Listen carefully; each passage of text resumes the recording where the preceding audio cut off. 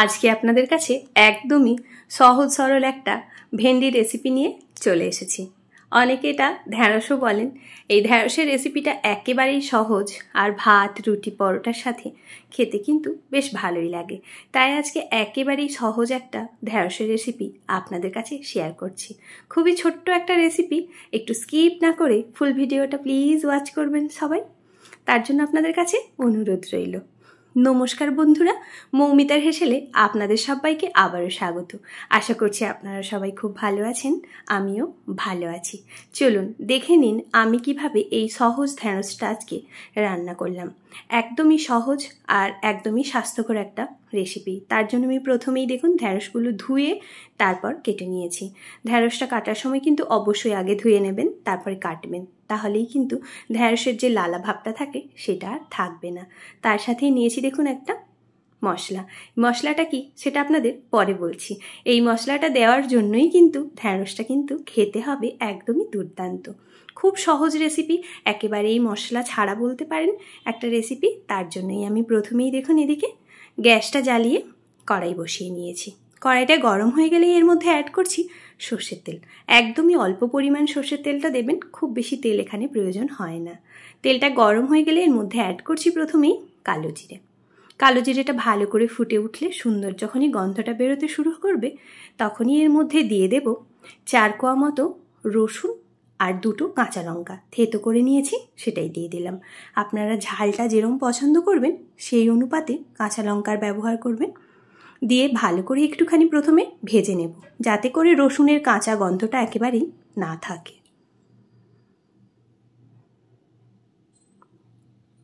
দেখুন একটুখানি ভেজে নিয়েছি। এবারে ওপর থেকে অ্যাড করছি কেটে রাখা ঢ্যাঁড়সগুলো। দিয়েই ঢ্যাঁড়সটা ভালো করে একটুখানি প্রথমে মিশিয়ে নিচ্ছি।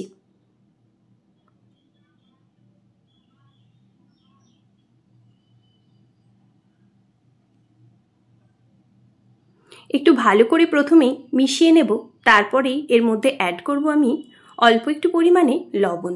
অবশ্যই লবণটা টেস্ট অনুযায়ী দেবেন, কারণ খুব বেশি লবণ একেবারেই দেবেন না, কারণ শুধু ঢ্যাঁড়স রান্না করছি, এর সাথে কোনো মশলা দেব না। তার জন্য যখনই ঢ্যাঁড়সটাতে লবণ দেবেন একটুখানি দেখে দেবেন, অল্প পরিমাণ দেবেন, কারণ লবণটা দেওয়ার জন্যই কিন্তু রান্নাটা অনেক সময় খারাপ হয়ে যায়। দিয়ে আবারও বেশ ভালো করে আমি মিশিয়ে নিচ্ছি।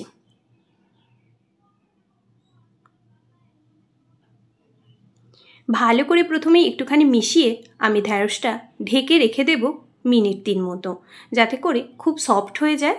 তাই দেখুন ঢেকে প্রথমে রেখে দিয়েছিলাম 3 মিনিট মতো, তারপরেই দেখুন অনেকটাই সফট হয়ে গেছে।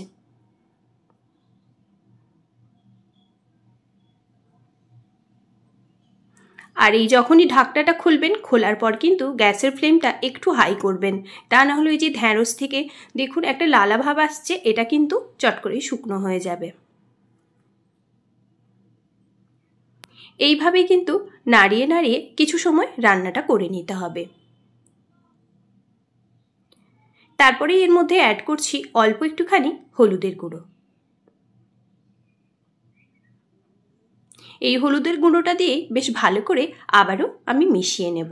এইভাবেই কিন্তু একেবারেই অল্প মশলা দিয়ে রাতে রুটি কিংবা সকালবেলা ভাতের সাথে কিন্তু পরিবেশন করতে পারেন। খুব সহজ একটা রেসিপি, কিন্তু খেতে লাগে ভীষণই ভালো। অনেকেই ঢ্যাঁড়স খেতে পছন্দ করেন না, এইভাবে যদি রান্নাটা করেন দেখবেন ভালো লাগছে খেতে। তাই আপনাদের সঙ্গে এই রেসিপিটা আমি শেয়ার করে রাখলাম। যদি ভালো লাগে তাহলে একটা লাইক করে দেবেন, আর যদি খুব ভালো লাগে তাহলে একটু শেয়ার করে দেবেন।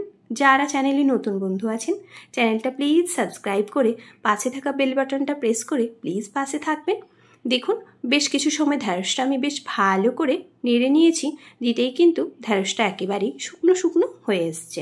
এইভাবেই কিন্তু রান্নাটা করে নিতে হবে। আপনারা যদি ঢ্যাঁড়সের মধ্যে মিষ্টি পছন্দ করেন, সেক্ষেত্রে অল্প একটু চিনির ব্যবহারও কিন্তু করতে পারেন। এবারেই দিয়ে দিচ্ছি মশলাটা। আসলে এই মশলাটা আর কিছুই নয়, 5 টাকার ম্যাগি মশলা। এই ম্যাগি মশলাটা দিলেই কিন্তু টেস্ট ভীষণই সুন্দর হয়। তাই এই 5 টাকার ম্যাগি মশলা দিয়ে এই ঢ্যাঁড়সের রেসিপিটা চট করে বানিয়ে নিন। দিয়ে আবারও একটু বেশ ভালো করে এটা ভেজে নিতে হবে। তবে আর খুব বেশি সময় রান্না করব না, অল্প একটু সময়েই কিন্তু রান্নাটা হয়ে যাবে। ঢ্যাঁড়সটা একেবারেই সেদ্ধ হয়ে গেছে। যদি বেশি সময় রান্না করেন সেক্ষেত্রে কিন্তু সব ঢ্যাঁড়সগুলো আলাদা হয়ে যেতে পারে, ভেঙে যেতে পারে। তাই আপনারা চাইলে এর মধ্যে একটু আলু দিয়েও করতে পারেন, খেতে লাগে কিন্তু দুর্দান্ত। দেখুন এরমভাবেই কিন্তু আমি এবার ঢ্যাঁড়সটা নামিয়ে নেব। ওপর থেকে দিয়ে দেব অল্প একটু পোস্ত, আর এই পোস্তটা দিয়েই আমি এটা পুরো নামিয়ে নেব। দেখুন কিরম হয়েছিল দেখতে, দেখতে যেমনি হয়েছিল দেখলে মনে হবে ঢ্যাঁড়স খাবো না, কিন্তু একবার খেয়ে দেখুন এরমভাবে, অপূর্ব টেস্ট হয়। রুটির সাথে তো ভালো লাগেই, ভাতের সাথেও খুবই ভালো লাগে। গরম গরম ভাত আর ডালের সাথে জমে যাবে পুরো এই ঢ্যাঁড়স রান্নাটা। এতটা সময় দিয়ে আমার ভিডিওটা দেখার জন্য আপনাদের অসংখ্য ধন্যবাদ। ভালো থাকবেন, সুস্থ থাকবেন।